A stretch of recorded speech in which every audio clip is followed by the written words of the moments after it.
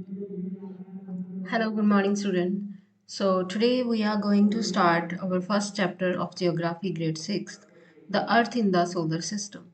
So let's start our first topic. How wonderful it is to watch the sky after sunset. One would first notice one or two bright dots shining in the sky.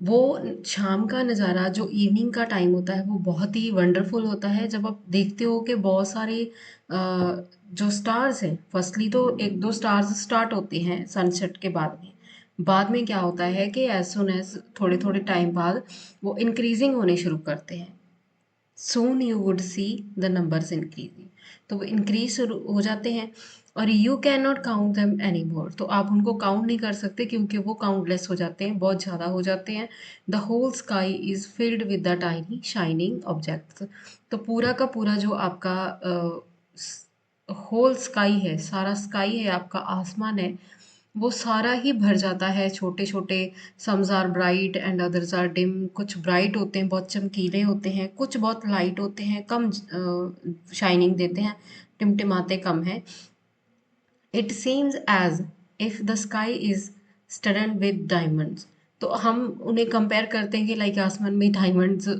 होते हैं कि like diamond जैसा चमक रहा है ऐसे हम compare करते हैं सीन्स बोलते हैं हमें तो they all appear to be twinkling तो वो ट्विंकलिंग करते हैं बहुत सारे जो ट्विंकल करते हैं but if you look at them carefully you will notice that some of them do not twinkle as other do कुछ करते हैं ट्विंकल बट कुछ ऐसे होते हैं जो ट्विंकलिंग नहीं करते जो चमचमाते नहीं हैं टिमटिमाते नहीं हैं जो दिखते हमें दिखते हैं ऐसे कि वो ऐसे ही स्टेबल हैं वो जस्ट एक लाइट के जैसे जग रहे हैं बट कुछ ऐसे होते हैं जो कभी बड़े हो जाते हैं कभी छोटे हो जाते हैं they simply glow without any flicker just as the moon shines तो वो जैसे मून शाइन करता है वैसे ही वो भी शाइन करते हैं सिंपली ग्लो करते हैं और ऐसा नहीं है कि उसमें कोई जैसे मतलब कोई चीज़ लगी हो कि वो ऐसे ज़्यादा जगमगा रहे हों next along with these bright objects you may also see the moon on most of the days इन्हीं ब्राइट ऑब्जेक्ट के साथ साथ आप कुछ और चीज़ें भी देखोगे जैसे आप मून देखते हो इन मोस्ट डे में it may how ever appear at different times तो ये डिफरेंट टाइम में अपियर होते हैं इन डिफरेंट शेप्स होते हैं एंड एट डिफरेंट पोजिशंस होते हैं तो इनकी पोजीशन शेप एंड टाइम इनका डिफरेंट डिफरेंट रहता है और you can see the full moon only once in about the months time तो आप जस्ट फुल मून देख सकते हो कब जब इन फुल मंथ का टाइम आता है जिसे फुल मून कहते हैं हम और पूर्णिमा कहते हैं तो 15 डेज का टाइम पीरियड होता है 1 मंथ में तो 15 डेज के बाद में जैसे पूर्णिमा आती है और दूसरा जो फोर्थ नाइट कहते हैं मतलब फोर्थ नाइट 14 to 15 डेज का time period fortnight later you can not see it at all full moon जो होता है उसे 14 डेज के बाद में आप फुल मून होने के बाद में 14 डेज अब होते हैं बाद में तो उसमें आप उसको फुल नहीं देखोगे उसको न्यू मून के थ्रू देखोगे जिसे अमावस्या कहते हैं हम मस्या भी कहते हैं on this day you can watch the night sky best तो इसी डेज में जब न्यू मून होता है तो नाइट को बेस्ट देख सकते हो providing it as clear night means जब न्यू मून होता है तो बहुत डार्क होता है उसकी वजह से हमें क्या दिखता है सारे जो आपके स्टार्स हैं वो बहुत ब्राइट चमकीले सब आपको टिमटिमाते हुए दिखते हैं क्लियरली डार्क नाइट होने की वजह से Do you wonder why can't we see the moon and all those bright tiny objects during daytime? तो हम ऑब्वियसली सोचते हैं कि ये रात को ही आते हैं दिन में तो हमें कुछ दिखाई नहीं देता इन सब चीज़ों के बारे में तो it is because the very bright light of the sun does not allow us to see all these bright object of the night sky तो ये सन की जो ब्राइटनेस होती है जिसकी वजह से डे में वो हर चीज़ जो है वो रात को दिखाई देती है दिन में दिखाई नहीं देती तो इसके पीछे ये रीज़न है सन the sun and the moon, all those objects shining in the night sky are called celestial bodies.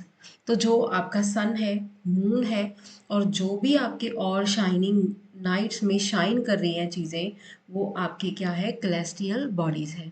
Some celestial bodies are very big and hot, कुछ बड़ी बड़ी बड़ी होती हैं और हॉट भी होती हैं। They are made up of gases, किससे बनती हैं, गैसेस से बनती हैं। They have their own heat and light, इनकी अपनी हीट होती है, अपनी ही लाइट होती है। And which they emit in large amounts, तो जी ये जो है वो लार्ज अमाउंट में देती हैं। These celestial bodies are called stars, तो इन्हें क्या कहते हैं, स्टार्स कहते हैं। The sun is a star, sun भी एक स्टार है, बहुत बड़ा है, जो हमारी अर्थ के बिल्कुल नियर है।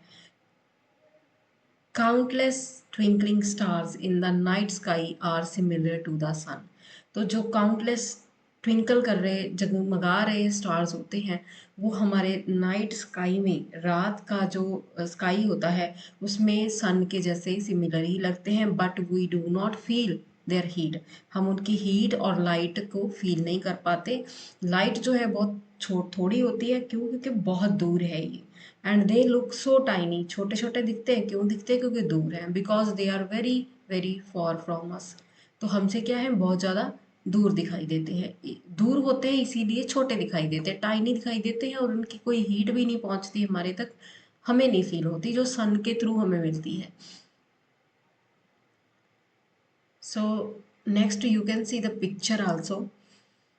You must have noticed that all objects looks smaller when seen from a distance. तो आप देख सकते हो कि जो हम डिस्टेंस से कोई चीज़ देखते हैं दूर से, वो हमें बहुत छोटी दिखती है। How small an aeroplane looks when it is flying at the great height. तो बहुत ऊंची ऊंचाई पे जब एरोप्लेन होता है तो हमें छोटा सा दिखाई देता है। सेम एज इट इज़ वो भी है कि स्टार्स हमें क्यों छोटे दिखाई देते हैं, क्योंकि वो बहुत दूर हैं, अगर नियर हों तो बड़े भी दिखाई दे सकते हैं।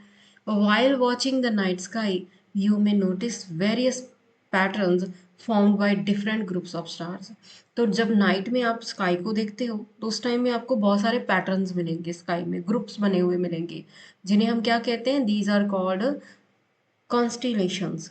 तो कॉन्स्टिलेशंस जो हैं उस उनके नाम, जैसे उर्सा मेजर और बिग बेयर कह सकते हैं हम दोनों का, इज वन सच कॉन्स्टिलेशन। तो हमारे पास जो अभी कॉन्स्टिलेशन है वो क्या है, Ursa Major and Big beer.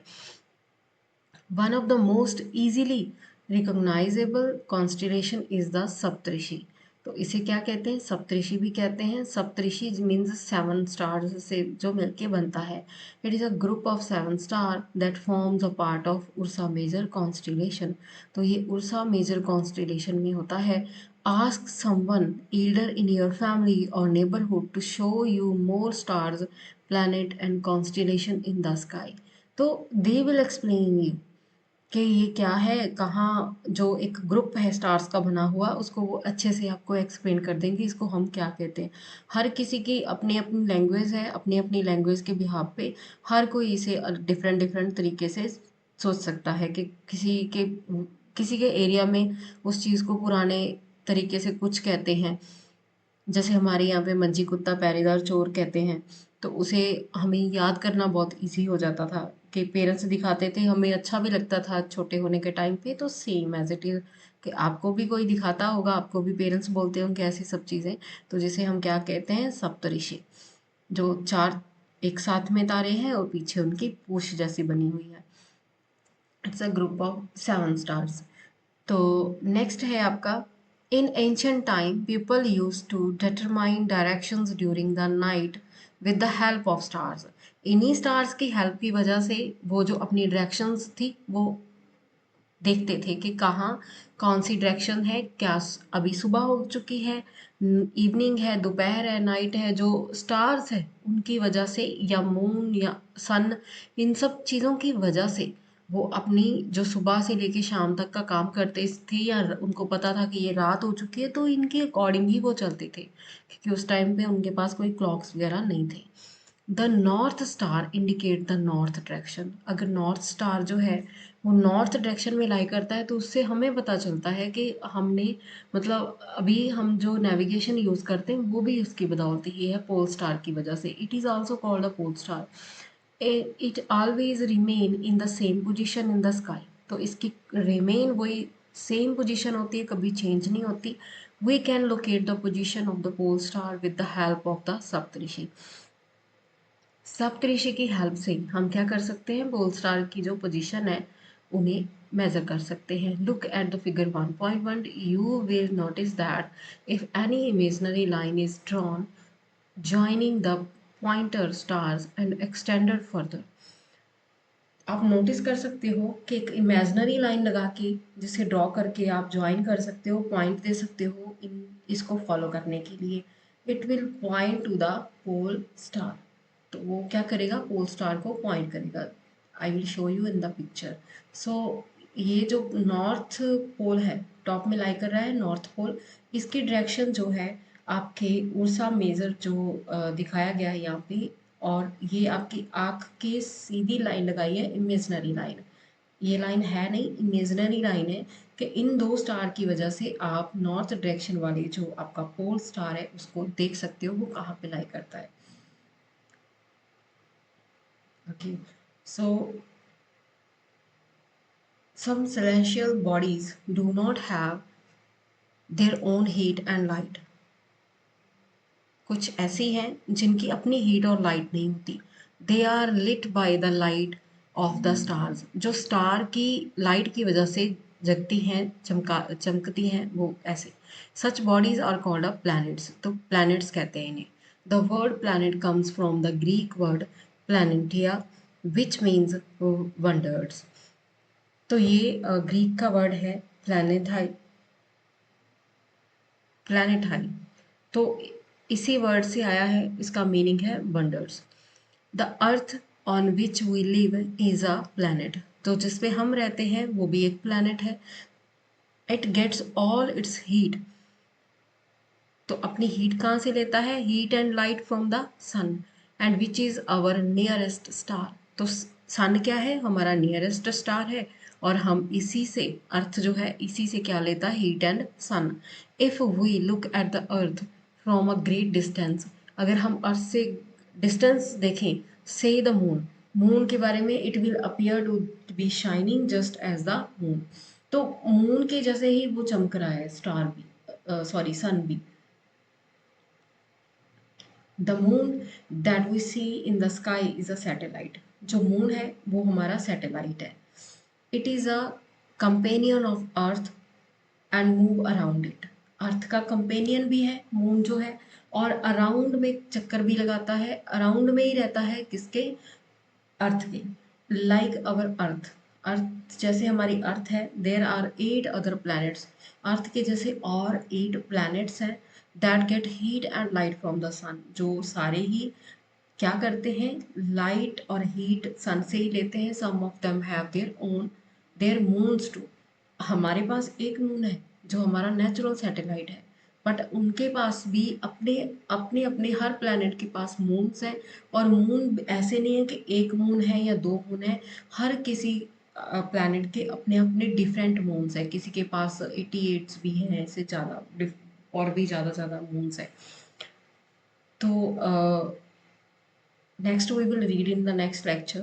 So you just see Jupiter, Saturn and Uranus have a rings around them. These are belt of small debris. These rings may be seen from the earth with the help of powerful telescopes. तो हम powerful telescope की वजह से अर्थ से हम इनके जो rings हैं उनको देख पाएंगे, जो यूपिटर, सैटर्न एंड यूरेनस के अराउंड में है. So next, the solar system we will read in the next lecture. So I hope you like the lecture. Like, subscribe and share my video. Thank you so much.